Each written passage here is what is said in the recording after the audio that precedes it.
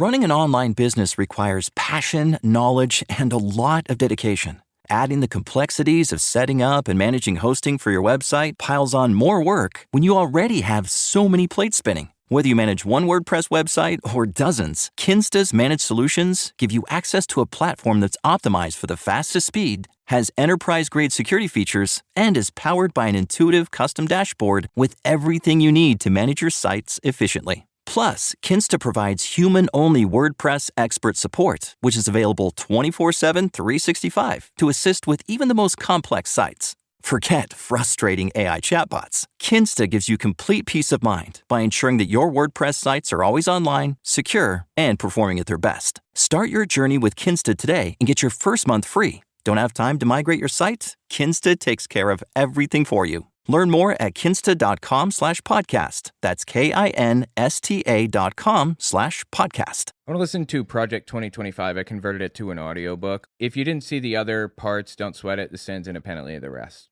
So what we're listening to right here is, it kind of describes what Project 2025 intends to do, and some of it is just normal stuff. It just details like how the government is going to function generally, and it's not objectionable. It's just like, I'm not a fan of it. It's like a difference in tax policy. They want, 74% and I want 92%.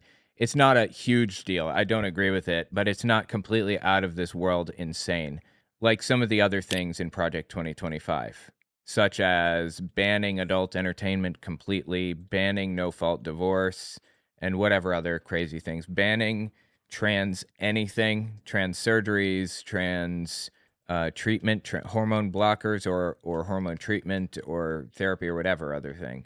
Some of it's real psychotic, and we hit some of that in the previous part, but it's going to get psychotic in a few minutes. I just think it's valuable to listen through just for the sake of listening, so we understand.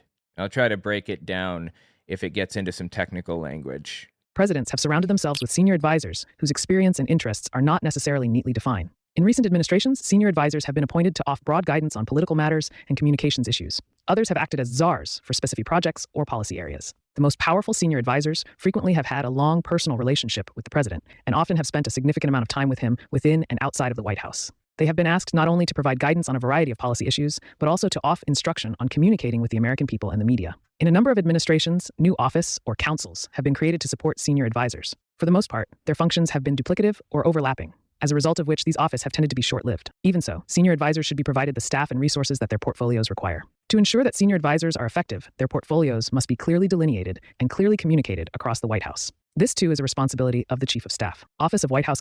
So they're saying, this is them creating a deep state. They're saying, we want to eliminate anybody in government, anybody that is not 100% completely and totally in favor of and behind Donald Trump and his agenda at any cost. Mike Pence was faced with a kind of like a crisis, if you will, where he was forced to make a choice between the Constitution and Donald Trump. And Mike Pence chose the Constitution. Well, Donald Trump doesn't know who along the line might be faced with that conundrum.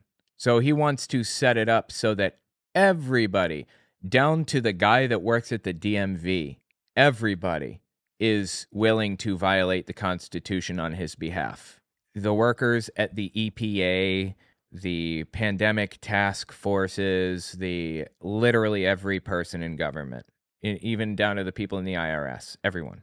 It's creating a deep state so that it can be weaponized against Donald Trump's enemies, weaponize the government. So anyway, yeah, that's what they're describing right now. The Office of White House Counsel provides legal guidance to the president and elements of the EOP on a host of issues, including presidential powers and privileges, ethics compliance, review of clemency applications, and judicial nominations. The selection of White House counsel is one of the most important decisions an incoming president will make. The office is not designed to create or advance policies on its own initiative, nor should it do so. Rather, it is dedicated to guiding the president and his reports on how, within the bounds of the law, to pursue and realize the president's agenda. While the White House counsel does not serve as the president's personal attorney in non-officey matters, it is almost impossible to delineate exactly where an issue is strictly personal and has no bearing on the president's officey function. The White House counsel needs to be deeply committed both to the president's agenda and to affording the president proactive counsel and zealous representation. That individual directly advises the president as he performs the duties of the office, and this requires a relationship that is built on trust, confidentiality, and candor. One of the things that has kept the United States safe from authoritarianism for so long is that there's kind of a group of people, or there's an understanding within government that you don't do things for political reasons ever, no matter what your position, your beliefs, or whatever. You just go in, you do your job, you go home at the end of the day. That's how judges are supposed to view it, especially. They're probably the most important people that are supposed to view it that way, although they don't always, of course. Donald Trump is trying to eliminate that. It was already, it was compared to other countries, that feature in our democracy is actually very strong. Many government employees in the United States were willing to just do their jobs at the end of the day, even if it meant violating their personal beliefs about society or whatever else, judges included. But Trump politicizing it this way, like he is, and building out the deep state is eliminating that. And it's one more step down an authoritarian road. You know, Hitler used the law against itself. He didn't really break the law to become an authoritarian dictator. No, a little bit, I guess. He did a little. He stretched it, certainly, to its absolute limits. But one could argue that Hitler stayed within the bounds of the law for the most part. He just hollowed out the way that the protections against what he was doing and changed the law until he had no opposition anymore. And that's basically what Donald Trump is trying to do, for better or worse. And in addition to that, one more thing that I feel deserves a mention. This is an article by Politico. Let me pull it up on screen so you guys can see it too. All right, just listen to this for a second here. I just finished writing a book titled Was Hitler an Atheist? It talks about religions during the Third Reich and how they work together. Catholics, Jehovah's Witnesses, and Protestants. And I even address the lies told by the evangelical world about Bonhoeffer. It's on Audible and Amazon. Okay, let's continue.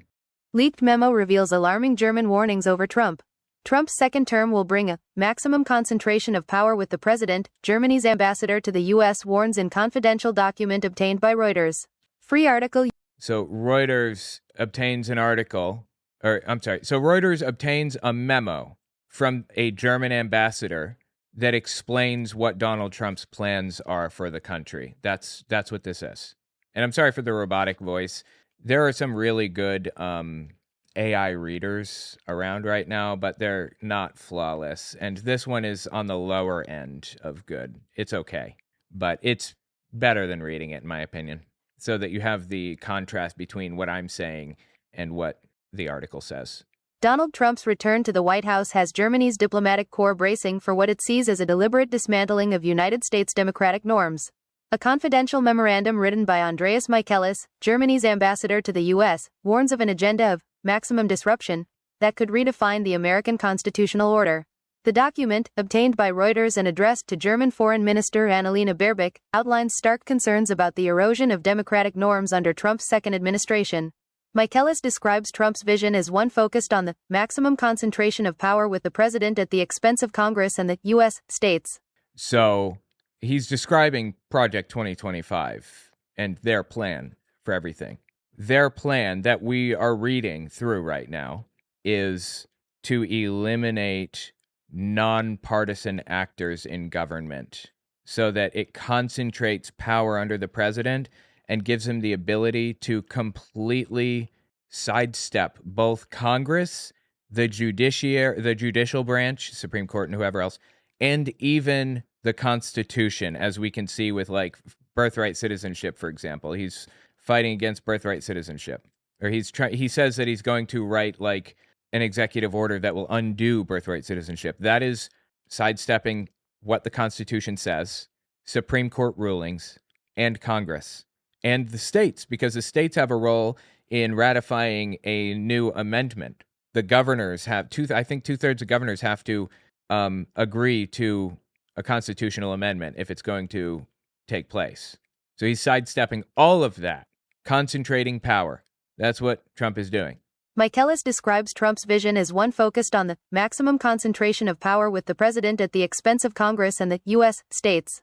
According to the document, key democratic institutions, including the legislature, law enforcement, and the media, risk an erosion of their independence and could be misused as a political arm. The memo also highlights the involvement of big tech companies, which Michaelis claims could be granted co-governing power. Publicly, Germany's foreign ministry has taken a cautious tone, acknowledging the democratic choice of U.S. voters and expressing a willingness to work with the Trump government. The ministry hasn't responded to a request from Politico for comment on the leaked memorandum. We will work closely with the new U.S. administration in the interests of Germany and Europe, the ministry said in a statement to Reuters. The ambassador's internal assessment is far more critical. A lingering unease within Berlin about the broader implications of Trump's domestic policies could signal a turbulent beginning for U.S.-German relations under the interim government led by Chancellor Olaf Scholz's Social Democrats and Baerbock's Green Party. God, like sometimes AI reading is really good and sometimes it's just awful. I don't like this one, but it has a browser extension, so, better than nothing. Anyway, Social Democrats were one of the main political parties that fought the Nazis during World War II and leading up to it. Their symbol was the three arrows. If you guys have ever heard of the three arrows, that was like their political parties, whatever. And more specifically, it was their militant group that they had protecting people, like protecting Social Democrats coming home from work at the end of the day. They had a militant group called the Iron Front that protected people, and their symbol was the three arrows. They would spray paint three arrows over top of swastikas. Anyway, Olaf Scholz is currently the prime minister, or the chancellor? Yeah, the chancellor of Germany. Angela Merkel, I believe is how it's pronounced. She gave up her position as chancellor. She was chancellor for a really long time, and she was really good, actually. Unfortunately, I think that Scholz has kind of lost the mandate. His coalition fell apart recently, but anyway. Chancellor Olaf Scholz's Social Democrats and Baerbock's Green Party. This unease is not new. Trump's first term saw contentious disputes over trade tariffs and Germany's failure to meet NATO targets for defense spending. The warning from Michaelis suggests the stakes are now even higher. The briefing memo underscores Trump's reliance on the judiciary to advance his goals. Michaelis notes that the U.S. Supreme Court's recent decisions to expand presidential powers could enable Trump to bypass traditional checks and balances. However, the ambassador offers a glimmer of reassurance, stating that even the biggest critics assume that the Supreme Court will prevent the worst from happening. The document That's interesting. So the document outlines how Trump intends to take control legally through what means he intends to take control. But everybody thinks that the Supreme Court will step in to stop it. And I guess that the highlight of that point, like the key point to take from that is it's all going to rest on the Supreme Court eventually down the line, because when executive orders are submitted in the United States, they have to go through judicial review. The Supreme Court has to approve the executive orders.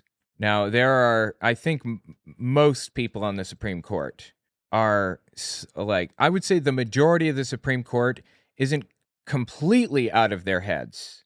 A couple are. Alito and Clarence Thomas are gone. Their heads are just shot to shit. There is nothing left in there but MAGA propaganda. But John Roberts, I don't think that his head is filled with MAGA propaganda. I think it's filled with evangelical propaganda over anything. And whatever is good for evangelicals is good for John Roberts in his mind. He's the Chief Justice. Kavanaugh has had some interesting takes on things, but I think usually votes the wrong way with Alito and Clarence Thomas. I think he's just like a far-right conservative nutcase. Gorsuch has nuanced opinions on things from time to time. And Amy Coney Barrett also has nuanced opinions on things, surprisingly. The ones that were appointed by Trump are the ones that I expected to be the most psychotic, but they are the ones that have the most nuance on things out of any of the, Republican nutcases on the court. So I think it's going to come down to probably Gorsuch and Amy Coney Barrett. If Trump does some psychotic shit that we need to like have the Supreme Court evaluate whether it's legal. A while back, you may remember there was a Supreme Court case that basically made presidential acts completely immune from prosecution, right? Like Donald Trump, anything that he does as the president is completely immune from prosecution. But that's not exactly what it was, actually. There was nuance to it. The nuance is the Supreme Court will evaluate whether that thing is immune. They gave the power to themselves. They didn't give Trump a blank check. They said, we will evaluate if he should be able to do that. That way, if Biden did something like, I don't know, declared martial law and took over everything, presidential act, immune from prosecution, they could decide if that was considered a presidential act and thus immune from prosecution. So they put in a little addendum, a little caveat, if you will. That means that Donald Trump is actually beholden to the court, to the Supreme Court. They are pretty much the last check on him at this moment, as far as I can tell. Congress is supposed to have the check of impeachment, but we all know that's just not going to happen. We all know that it takes, he's done so much already that he hasn't been impeached for, that he hasn't been removed from office for. I mean, if those things wouldn't remove him, like a literal insurrection against the U.S. government, he's not going to be removed, bottom line. It's just not going to happen. So anyway, the future rests in the hands of the Supreme Court, basically. And I do have hope that some of them aren't going to be complete fools. That's what the German ambassador, I think he was, that's what he was saying. That's what the German ambassador was saying. The Supreme Court is kind of our last bastion of hope, if you will. I think I'm using that correctly. Now let's just continue listening to this article. It only has a couple paragraphs left here. However, the ambassador offers a glimmer of reassurance, stating that even the biggest critics assume that the Supreme Court will prevent the worst from happening. The document further raises concerns about Trump's ability to exploit legal loopholes for political ends. These include potentially using the military domestically in cases of insurrection or invasion, an act that could test the boundaries of the 1878 Posse Comitatus Act, which generally bars military involvement in law enforcement. Yeah, Donald Trump said that he was going to use the military to whatever. I don't even remember what he said it was going to do now. That is, historically, that's unconstitutional. That's illegal. That's against the rules. You can't do that. But it's going to ultimately come down to like the Supreme Court and what they have to say about it. They are our last check. They are our last protection against the impending psychosis. And like I said, I have hope that the Supreme Court isn't completely decked out with nutcases. I believe that there are some reasonable people on the court. Like Gorsuch can be reasonable on some issues. He can, for example. So, where was I? Yeah, here it is. Michaelis also highlights Trump's apparent alignment with tech billionaire Elon Musk as a potential risk to media independence. Trump has employed tactics like lawsuits threatening criminal prosecution and license revocation against critics, according to the report. Meanwhile, Musk is accused of manipulating algorithms and blocking accounts critical of his platform. The ambassador warns of a redefinition of the First Amendment, suggesting a troubling merger of political and technological influence. Musk's behavior has already caused unease in Berlin. His public endorsement of the far-right Alternative for Germany party ahead of Germany's election next month have raised fears of foreign interference. Yep. While individual agencies like the we'll talk about the AfD endorsement in a second. I listened to this whole thing about it. While individual agencies like the Ministry of Defense have left Musk's platform, the German government remains active on X. Okay, yeah, that was the end of it. The bit that it said here, Elon Musk's endorsement of the Alternative for Germany, AfD, I believe is the name of the political party. The AfD is effectively the new Nazi party, but their positions that they heavily focus on are more about helping Russia at any cost, doing whatever it is they can to further Russia's goals in brazen and blatant ways. They demonize NATO. They say that we shouldn't be a part of NATO, or Germany shouldn't be a part of NATO. That NATO is aggressive and they've taken aggressive action against Russia and we should leave it. we should give up all of our, we should give up any connection to nuclear weapons that we have. I don't think Germany has any nukes, but they say that they shouldn't have any nukes. The AfD does. And a bunch of other things. And of course, they're all for making Germany great again, making it pure and all the same shit that the Nazis stood for.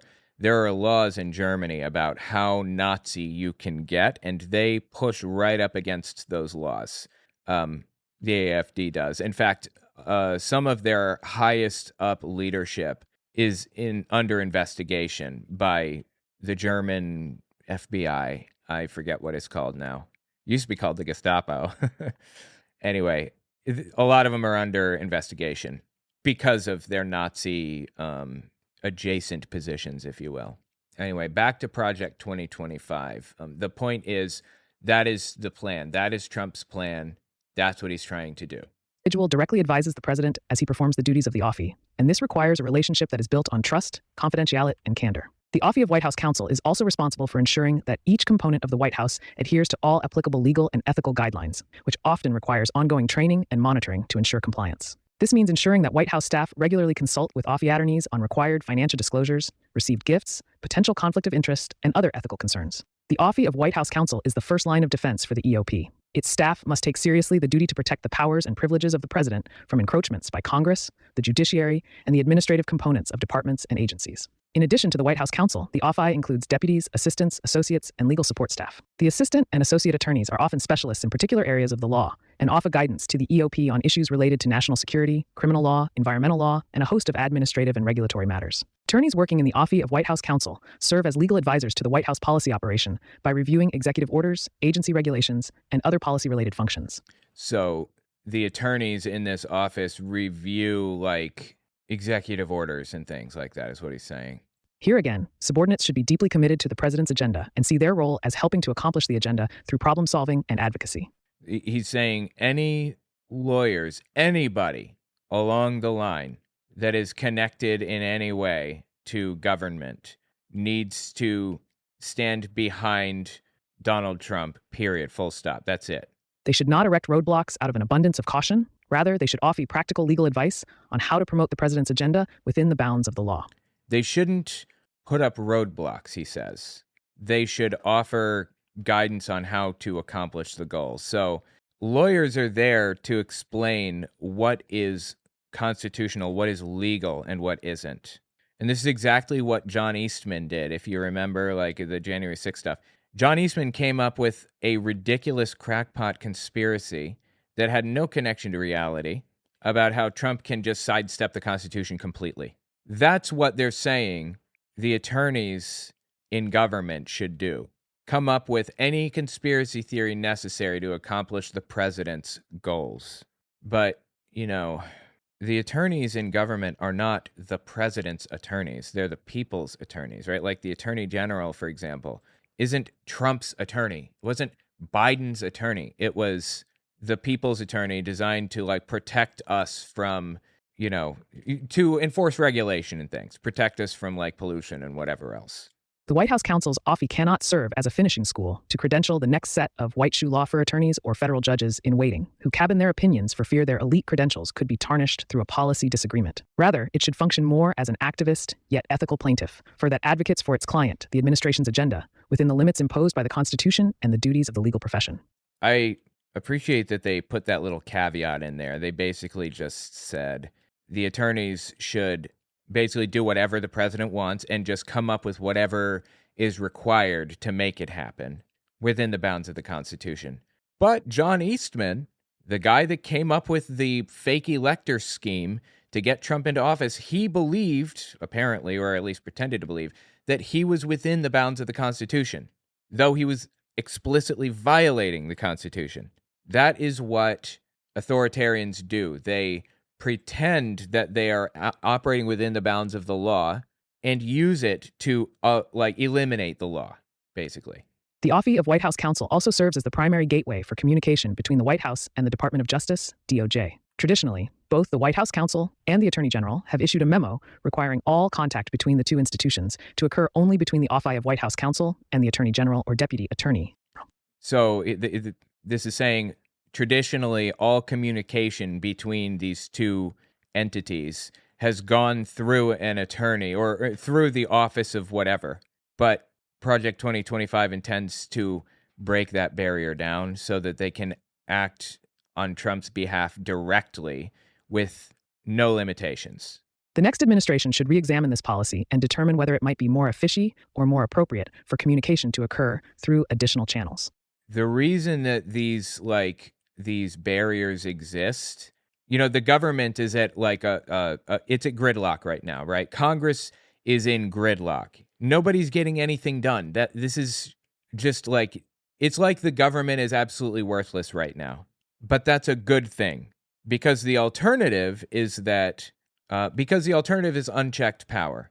The reason that it's not doing anything is because the far right in Congress is trying to do psychotic shit, and the Democrats are preventing that psychotic shit from taking place. Checks exist in government for a reason, not just in the U.S. government, in government generally. The checks and balances exist for a reason. Democracy is a long, difficult, complicated process to get laws passed and things. And it's that way for a reason. It's not just because people like to stall and make things difficult and take their time and shit. Authoritarians do things a lot faster. They can get things done that day. But those things may or may not be absolutely psychotic. They have no control. The people, or nobody, has any control over what happens next unless there's a democratic system in place, unless there are checks and balances. Gridlock happens when the political environment is polarized to kingdom come, and one side is trying to prevent the other side from doing something absolutely unglued from reality. Gridlock is bad, not because they can't get anything done, but because it's a bad harbinger of things to come, basically. And what Project 2025 is outlining here is that they want to remove those last checks and balances. That's what they're trying to do. That's what they're describing, removing those last checks and balances so that the president can do whatever, with no checks or balances, no struggle, no questions. They don't have to communicate with anybody else. They submit an executive order and boom, they're done. That's it. That is bad. That is bad for democracy. I wouldn't want even Biden to be able to do whatever with no checks or balances. Nobody should be able to do that. Nobody. It creates a system in which people are above the law. Anyway, let's continue here. Like checks and balances, you vote for both Dem and Republican to ensure there were until Trump took office first time, right? Yeah, interesting. I mean, we're not anywhere near a one-party state, or we haven't been up to now anywhere near a one-party state, and we're still not a one-party state. But I would worry about being in a one-party state. Democrats don't explicitly desire a one-party state. Republicans do desire that. The White House counsel also works closely with the DOJ Office of Legal Counsel to seek opinions on, for example, matters of policy development and the constitutionality of presidential power and privileges, and with OLA and the DOJ Office of Legal Policy on presidential judicial nominees. When a new president takes office, he will need to decide expeditiously how to handle. Apparently, the AI reader doesn't know the word office and can't listen to C's, I guess.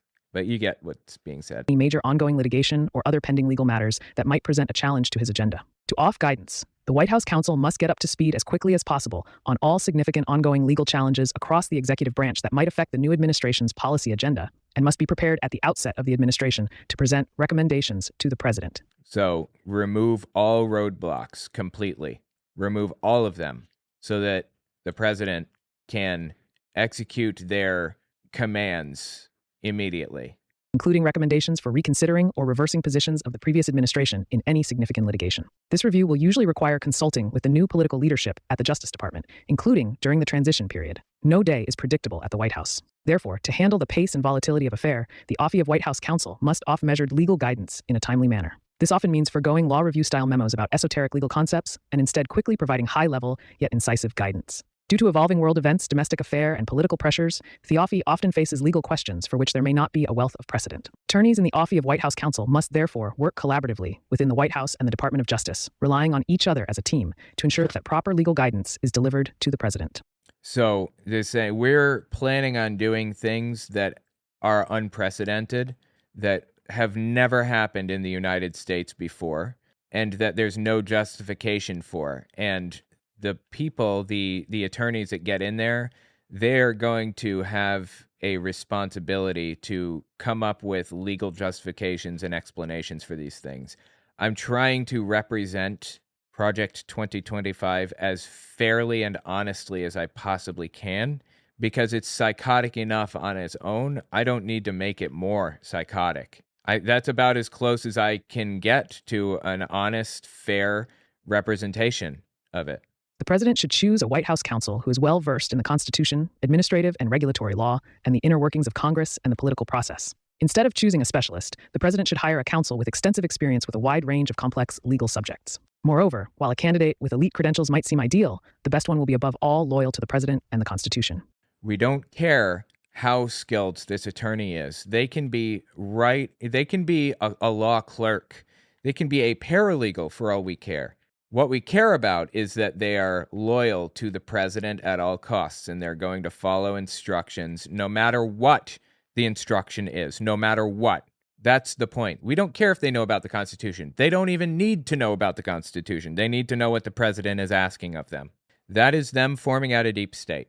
Staff Secretary. The office of the Staff Secretary is rarely visible to the outside world, but it performs work of tremendous importance. The office is similar to a military commander's adjutant, as it is responsible for fielding and managing a vast amount of information at the top of its organization. This includes information on its way into the Oval Office, as well as information flowing out from the Oval Office. Because of its gatekeeping function, the position of Staff Secretary is one of extreme trust, and the individual who possesses it should be vetted to work as an honest broker in the president's service. The office of the Staff Secretary has been described as the last substantive control point before papers reach the Oval Office. A great deal of information is headed toward the Oval Office at any moment. This includes presidential decision memos, bills passed by Congress, which may be accompanied by signing or veto statements, and briefing books, reading materials, samples of constituent mail, personal mail, and drafts of speeches. The Staff Secretary makes certain that these materials are complete, well-ordered, and up to date before they reach the president. This necessarily means that the Staff Secretary plays a key role in determining who weighs in on policy matters and when. As noted above, the Staff Secretary also handles information leaving the Oval Office. So you're the person that gives the president all of the information that he receives throughout the day or throughout his entire term. Your responsibility, your role basically determines what direction the country goes in. If you tell the president that there's a group pushing to end birthright citizenship and you only present information about that to him, that's what he's going to focus on. That's what they're saying. And that person must necessarily be somebody loyal to Project 2025, to the agenda that we're outlining here. Getting rid of adult entertainment, banning it completely. Banning a bunch of books, banning drag shows, banning all kinds of oppressive speech, or all kinds of subversive speech, anything that we don't like. The president may have questions after reviewing incoming material, may wish to seek more information, or may demand revisions. The Staff Secretary is often responsible for directing these requests to the appropriate places and following up on them to ensure that they are completed. One of the Staff Secretary's critical functions is managing and overseeing the clearance process for the President's daily nightly briefing book. This book is filled with all the reading material and leading documentation the President needs in the morning and the evening to help him make decisions. The Staff Secretary also oversees the use of the President's signature, whether by hand or by auto pen, and manages the Office of the Executive Clerk, Office of Records Management, and Office of Presidential Correspondence. So this person also is responsible basically for the president's signature, making sure the signature is on things like auto pen or whatever. I don't think that this is what they're saying. I don't think they're saying this person, I don't think they're saying this person has the ability to basically pass laws without the president since they have the power of his pen. But it's just a really weird thing for them to have put in the document here, the Project 2025 manifesto. Office of Communications. The Office of Communications, which operates under the Director of Communications, conveys the President's agenda to the public through various media, including speeches and remarks, press briefing, of-the-record discussions with reporters, and social media. On how a president chooses to structure his White House, the Office of Communications may include the office of the press secretary, press office. But no matter how it is structured, the office must work closely with the press office as well as the president's speechwriters and digital strategists. Operational functions of the Office of Communications include scheduling and running press briefing, interviews, meetings, media appearances, speeches, and a range of other events. The Office of Communications must maintain robust relationships with the White House Press Corps, the White House Correspondents Association, regional stakeholders, and key interest groups. No legal entitlement exists for the provision of permanent space for media on the White House campus, and the next administration should re-examine the balance between media demands and space constraints on the White House premises. What that means, they just said we should reevaluate the demands for space or whatever else. I don't know why they're even bothering to veil their language. It very obviously meant we should kick out any media outlets that are not 100% supportive of Donald Trump. Newsmax, OAN, Fox News are the only ones allowed in the press room or whatever. There are reporters on staff at the White House that stay there 24/7. There's always some reporter there ready to whatever. And in fact, the president has a room that he can go in with a camera set up. Just walk into this room, flip on the camera, and he's instantly on every TV, on every radio station, everywhere, across everything. By necessity. I mean, if there's like a nuclear bomb or something that's on its way, it would be important for the president to have no limitations on that. They should be able to communicate that quickly and easily. But they're saying that they want to remove any reporters that are on staff, remove them completely from the White House. That's wild. Leadership within the Office of Communications should include a communications director, who is a direct report to the chief of staff, a deputy communications director, a deputy director for strategic communications, and a press secretary. This leadership team must work together closely to drive the national narrative about the White House. The best resource for the Office of Communications is the president. The president conveys the White House's overall message through 1 or 2 inaugural addresses, State of the Union addresses, speeches to Congress, and press conferences. The office must also ensure that the various White House offices disseminate a unified message to the public. The communications director and press secretary in particular should be careful to avoid contradicting the president or delivering conflicting information. So everybody should be of one mind. Everybody should be in agreement, and they should all work together to communicate what Donald Trump wants, no questions asked. They do not have a mind of their own. They have a mind of the president. It's like a really disturbing thing to say, full stop. No matter who was in charge, no matter what they were up to, what they're doing, whatever, it's really disturbing. The speechwriting team is a critical component of the communications team. Speechwriting is a unique talent. The writers selected must understand policy, should have a firm grasp of history and other liberal arts disciplines, and think about what they're doing. They're even staffing the speechwriters. Should be able to learn and adopt the president's style of rhetoric and mode of delivery. The press secretary is the president's spokesperson, communicating to the American people through the media. The press secretary engages with the White House press corps formally through press briefing and informally through impromptu gaggles and meetings. Individuals who serve in this role must be quick on their feet, which means, when appropriate, deftly refuting and rebutting correspondents' questions and comments. The communications director must convey the president's mission to the American people. Especially for conservatives, this means navigating the mainstream media to ensure that the president's agenda is conveyed effectively and accurately. So they're saying we're going to both remove any reporters that are not 100% behind Donald Trump. We're going to remove them from the White House. And in addition to that, we're going to have a press secretary that is capable of and prepared to shut down any dissenting opinion. I mean, that's kind of the press secretary's job anyway, but it's like a twofold plan here to crush dissent against the president. The communications director must be politically savvy and very aware of the ongoing activities of the other White House office. The new administration should examine the nature of the relationship between itself and the White House Correspondents Association and consider whether an alternative coordinating body might be more suitable. Office of Legislative Affairs. Created by President Dwight Eisenhower, the OLA has continued to serve as the liaison between the White House and Congress. The White House must work with congressional leaders to ensure presidential nominees for roles such as cabinet secretaries and ambassadors are confirmed by the Senate. The White House also relies on Congress to enact reforms promised by the president on the campaign trail, whether those promises relate to healthcare, education, or national defense. Because Congress holds the power of the purse, White House staffer must ensure that there is enough support on the Hill to secure the necessary funding through the appropriations process to fulfill the president's agenda. Right. The power of the purse. That is one of the checks, I guess you could say, on government. the president can't just do any old thing because Congress controls the bank accounts. Like, they're the ones that determine what is spent and on what things.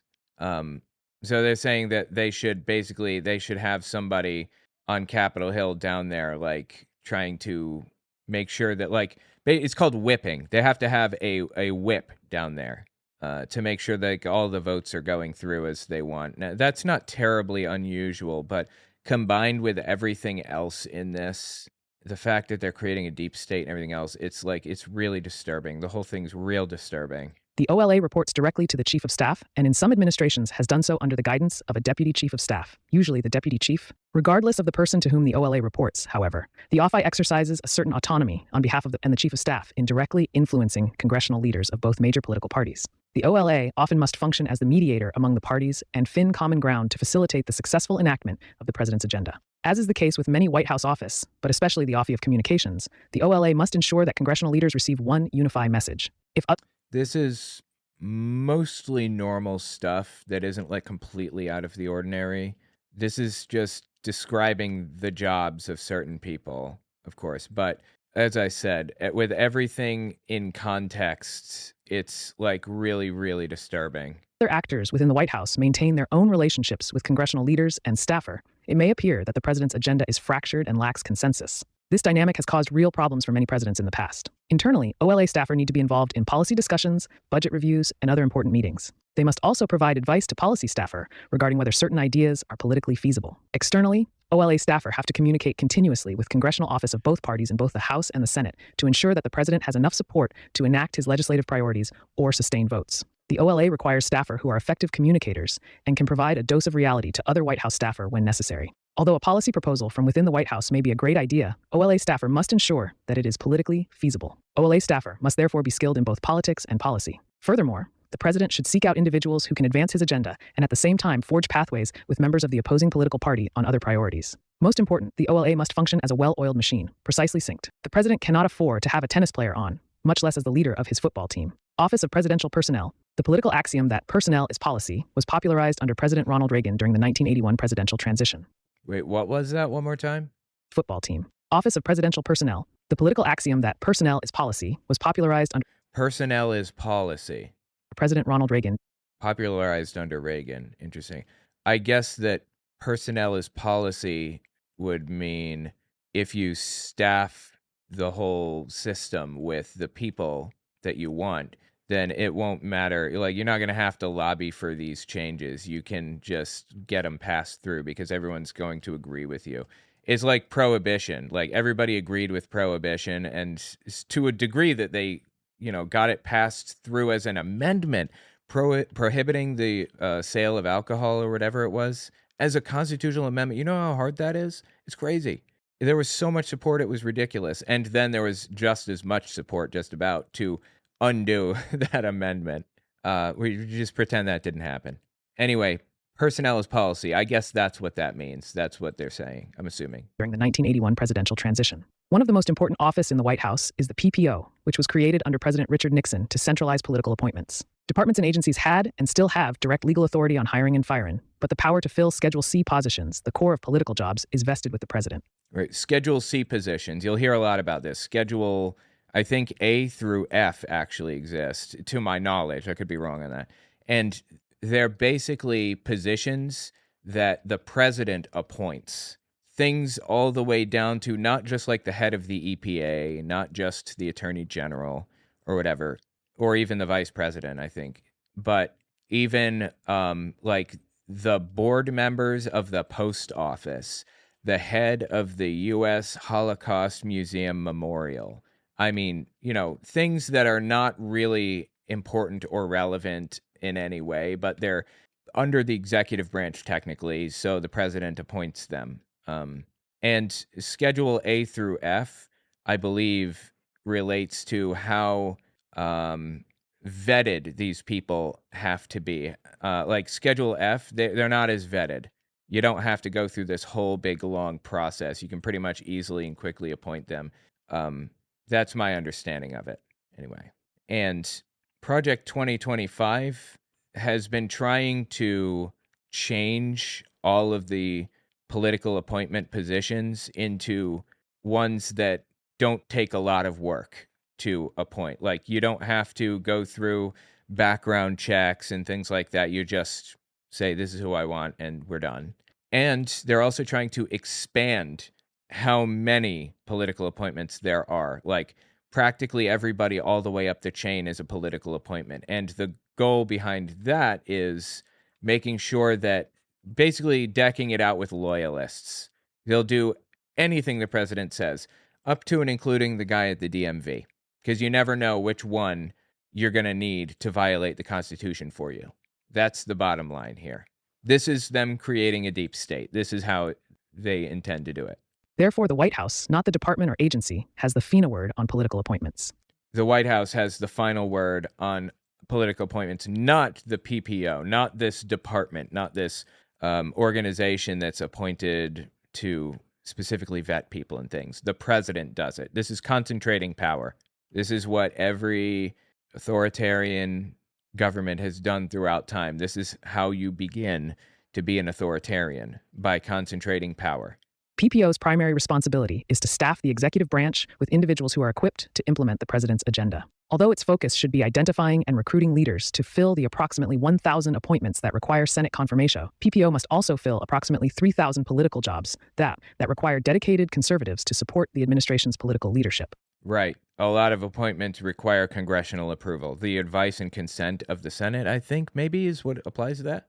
But I guess, like, some of the political appointments do not require that, to my knowledge, because they're just like normal jobs for the most part. And they're people that just like move from administration to administration. They don't change over. Like, they were still, in that job through Obama's and through Reagan's even. Like, I think Fauci had been in that position for decades.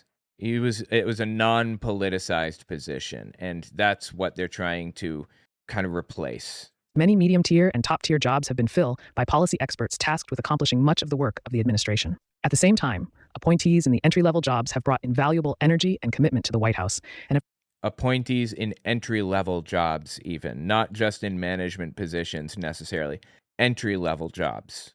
They're trying to fill even those with political appointees. Should kind of draw a picture for you.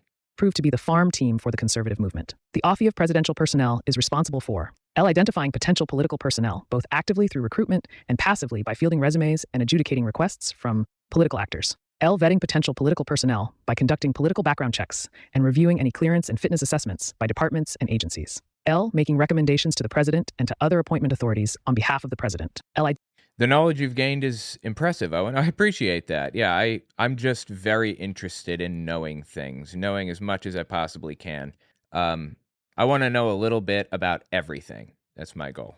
I've found that lawyers have a different way of thinking, a different way of writing, of understanding each other and bills and things like that. And that's really something that you can only pick up in law school. But to the best of my ability, I would like to be able to operate with an understanding or with knowledge that a lawyer would have, even though I wouldn't be qualified to be one because I didn't go through the whole process that is required to successfully do it.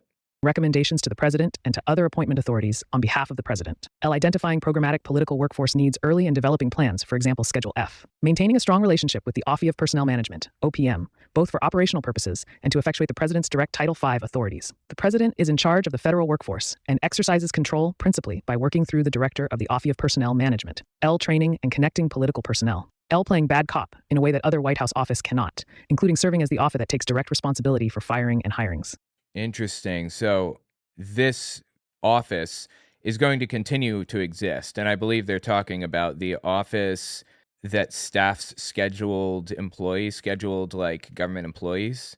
They're going to exist and they're going to like staff this for Trump, but they have to be ready to play bad cop. They have to be ready to get rid of people for political reasons. Like if they voted for Biden or for Kamala or whatever, then you need to be willing to remove them from their job, fire them for that. And, and if that's against the rules legally, then lie, make up any other excuse. Bad cop. Acting in bad faith is how I'm reading that. L serving as a personnel link between conservative organizations and the executive branch. In most administrations, PPO will staff more than 100 positions during a transition and thousands of non-career positions during the president's first term. Direct authority and a strong relationship with the president are necessary attributes for any PPO director. Historically, PPO has had direct review and control of personnel file, including security clearance dossiers. At the highest level, PPO is tasked with long-term strategic workforce development. The billets of political appointments are of immense importance in credentialing and training future leaders. In addition, whatever one's view of the constitutionality of various civil service rules, for example, the federal vacancies, agencies have robust cadres of political staff just below senior levels in the event of unexpected vacancies. Office of Political Affairs. The OPA is the primary office within the executive branch for managing the president's political interests. The OPA is the main branch that manages staffing for political interests. Okay. Although its specified functions vary from administration to administration, the OPA typically serves as the liaison between the president and associated political entities, national committees, federal and state campaigns, and interest groups. Within legal guidelines, the OPA engages in outreach, conducts casework, and, if the president is up for re-election, assists with his campaign. Is that like they're talking about a government office that assists with the president's campaign if they're running again? Isn't that illegal? You can't use the government to further your own political interests, to further your campaign goals, can you? I thought that was like against the law. It sounds like Project 2025 is explicitly saying the people in these positions are going to help the president win the next election in their official capacity. OPA may also monitor congressional campaigns, arrange presidential visits with other political campaigns, and recommend campaign staff to the Office of Presidential Personnel for service in the executive branch. The OPA further serves as a line of communication between the White House and the president's political party. This includes both relaying the president's ambitions to political interests and listening to the needs of political interests. This relationship allows for the exchange of information between the White House and political actors across the country. The OPA should have one director of political affairs who reports either to the chief of staff or to a deputy chief of staff. The OPA should also include various deputy directors, each of whom is responsible for a certain geographical region of the country, responses to matters of national security, and consider how they might affect the president's image. The OPA must therefore have a designated staff who communicates not only with other White House office, but also with the cabinet and executive branch agencies. I'm not sure how it works right now, but I believe that the reason that they put this in here is because this isn't how it works at this moment, and they want it to. As far as I can tell, this is part of the process of them politicizing the whole thing, politicizing the government when it shouldn't be politicized. You know, like Twitter was not politicized before. They were just, doing their best to prevent like hate speech and nutcases. And then it became politicized.